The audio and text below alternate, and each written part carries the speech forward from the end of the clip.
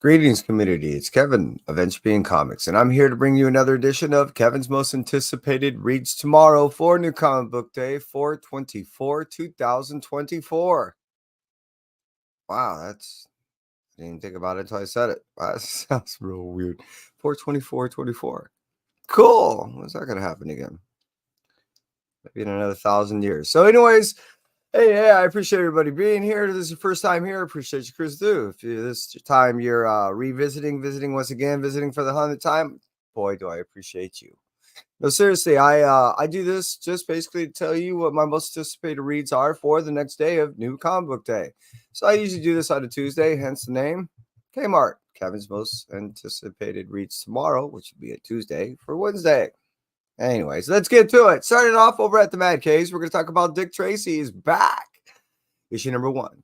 I'm not really I don't read much out of Mad Caves, even though I did recently see a post by Juan Getting that he's doing a cover for them. So not only do I want to get a blank cover, but I want to see if I can go ahead and get one of those Juan Getting exclusives. That's what I'm saying. Aside from that, Dick Tracy, I don't think a book out of Dick Tracy has been in years. So this is actually something I'm rather excited for. Dick Tracy's been known for being a rather brutal book, and I'm all about the brutality and some well-written book. Hey, brother, I hope you're doing well too. And that's why I'm looking forward to getting my hands on Dick Tracy issue number 1. Now, moving on from Mad Caves, we're going to cruise over to Marvel Studios to talk about Blade issue number 10. Blade has been a well-written story by Mr. Brian Hill, and I've been really digging it. Of the past, I really never was buying Blade books. I never really was that much into Blade, outside of the fact that I knew some of the storylines that kind of led to the movies. That's it. So really, Brian has been doing a great job, and he's been sucking me into a book that I've not otherwise been reading, and Blade has been one of the most consistent reads out of Marvel to date.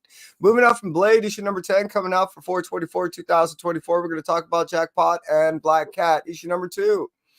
For a person that's supposed to be saving the day, everyone kind of hating on the Jackpot.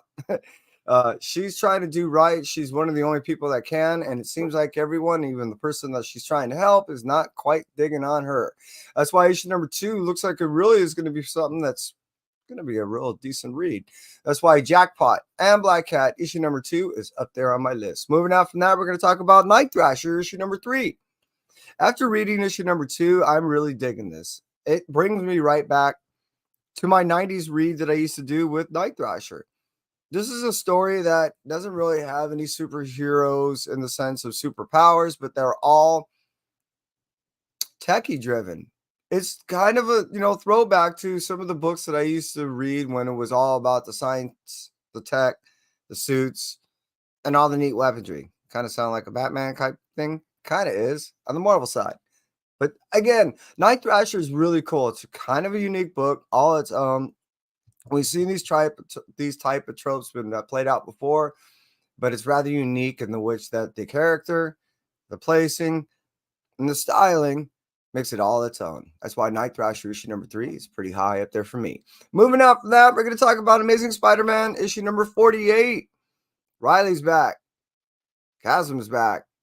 And it's all out hell. We're going to get a wham bam, thank you, ma'am, basically from Ben. And he's not all too happy with Peter. And it's going to be an all out brawl that I'm mostly got the dog out anticipating for, because we also get, along with him, Hallows Eve. Seriously, this is a pairing in which that I really enjoyed when they came out as far as new characters to the cinema.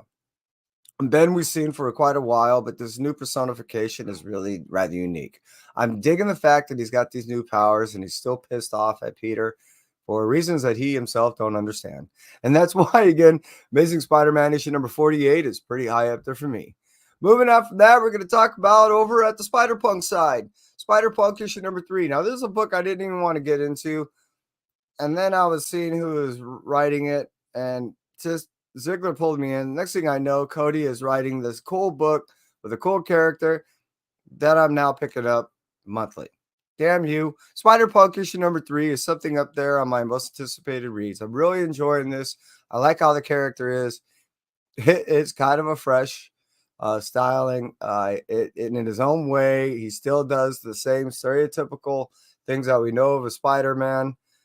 But again, it's so well written and so unique and so fresh that even though these are kind of things that we've seen done before, they're done rather uniquely and better sometimes. So that's why, again, this character is really doing it for me. This book's doing it for me. And I'm looking forward to reading issue number 3. Moving out from Spider-Punk, issue number 3, we're going to talk about Spider-Man Superior in the version. Superior Spider-Man, issue number 6. We're getting a showdown. This is it.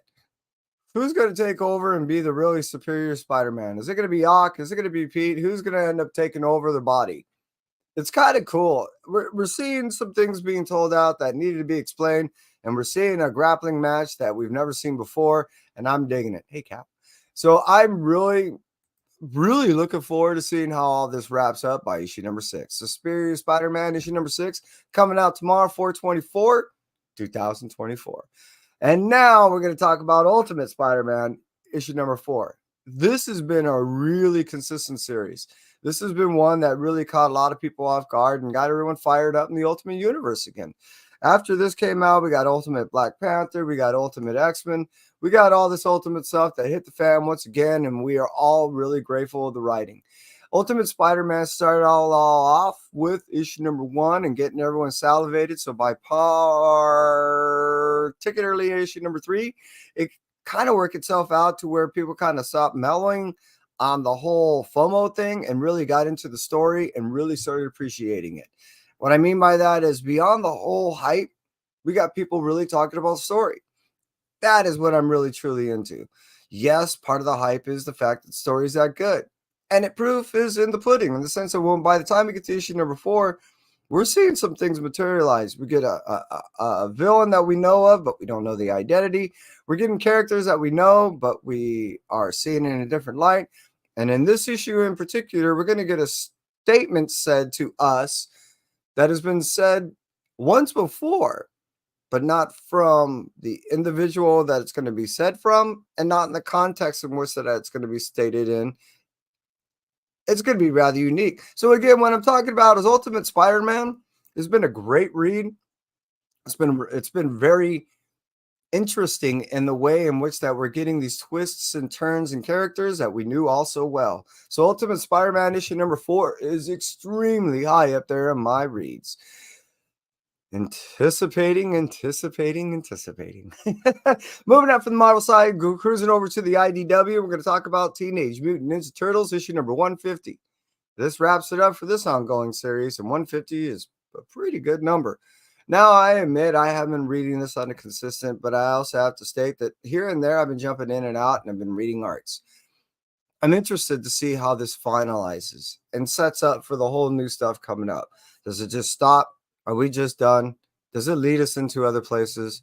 Does this actually answer a couple questions that I had? What's going to happen in issue number 150? Seriously, tell me. That's why it's up there on one of my most anticipated reads. Again, IDW, Teenage Mutant Ninja Turtles, ongoing series, issue 150 coming out tomorrow for 4/24, 2024. Moving off from IDW, we're going to cruise over to the Boom Studios way, and we're going to talk about Once Upon a Time at the End of the World, issue number 14 out of 15.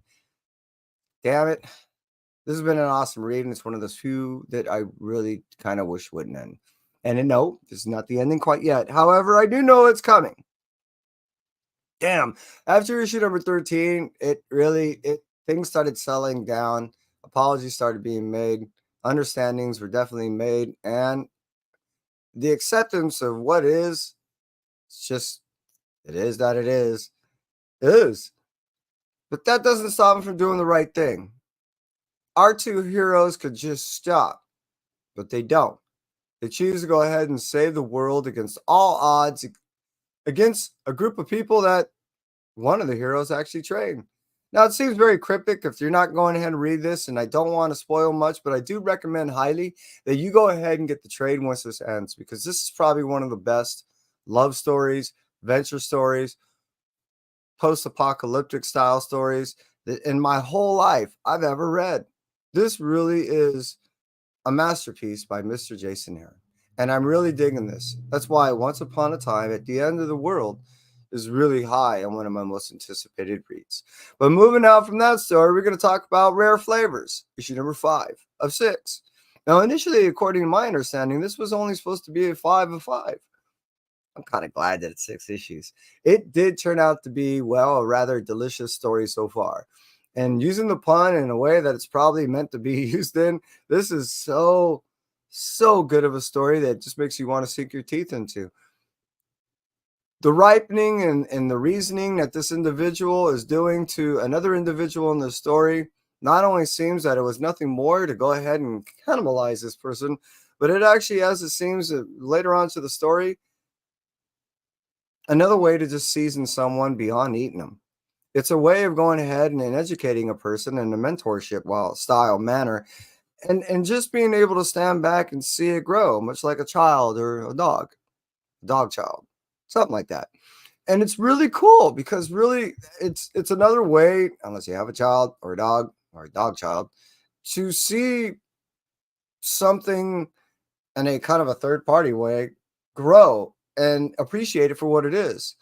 And if you do, in a way, kind of get introspective and appreciate it for more than just a surface of a story, it allows you to go ahead and appreciate maybe even aspects of life. Food, for example. That's why Rare Flavors for me is just a tasty, delectable delight to read. And that's why it's up there on one of my most anticipated reads for 4/24, 2024. But hey, moving out from over at Boom Studios, let's go ahead and talk about Image. Now, I know we're talking about a few different publishers here, but there's a whole lot of damn good reads about coming out tomorrow. So let's go ahead and start it off with Duke, issue number 5 of 5.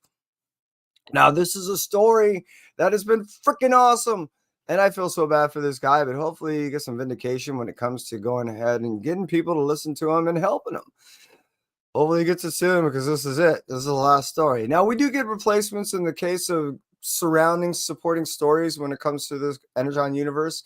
I know that, as a case I just stated, Duke is going away, but we're getting other books like Destro and I can't remember that other chick's name, but we're getting other supporting stories that will be coming and arising in around, I think it's late June, and then into July and late July and so forth, which is really cool because what we're seeing in this universe slowly is being supported and then integrated into the bigger pictures of the bigger ongoing stories. I'm all about it. And that's why Duke 5 of 5 is really up there for me. But hey, you know what we're talking about? We're going to talk about the creature from the Black Lagoon. Why? Well, again, as a throwback story for me, takes me way back from of those stories my dad used to tell me about, of the stories I used to watch from the 50s and the 60s, of the stuff that used to get me really worked up and scared and hiding almost underneath the bed to go ahead and just wonder if something was under in the closet, or hiding in the closet thinking something's in the bed. This is one of those stories that just kind of takes me back, and I just want to kind of engage with the childhood in which that I've long left. So that's why Creature of the Black Lagoon from Image Studios is up there for me. Now, you know what? We're going to talk about one last book, and that is, well, Feral.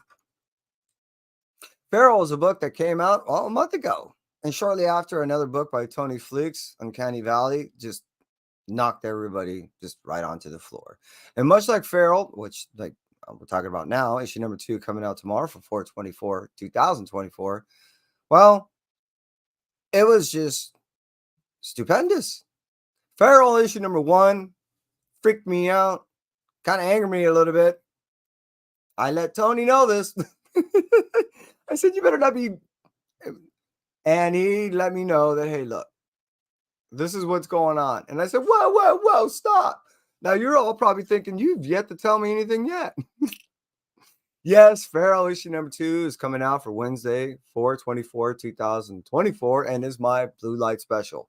This is a book that is written by Tony and drawn by Tony and team, Tone, Rodriguez and Trish Forstner, that gives us a taste of what was done in the past with the brilliance of Stray Dogs, but takes us on a whole new path on an ongoing series that is a cross between Aristocrats and Walking Dead. We get an introduction of these 3 cats in the first story, and already we instantly fall in love. me personally, and then see things happen that make you genuinely have concern for our three cats that are out there in this screwed up world of just feral animals, just rabid, just oh my goodness.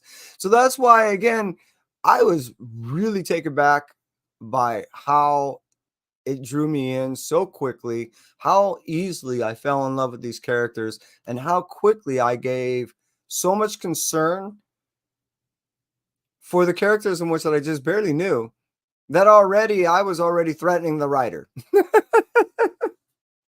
So yes, Feral issue number 2 is way up there for me, and I hope it is for you. And that's my blue light special, and that's it for me, Entropy. You all stay well, and I'll talk to you soon. Take care. Bye.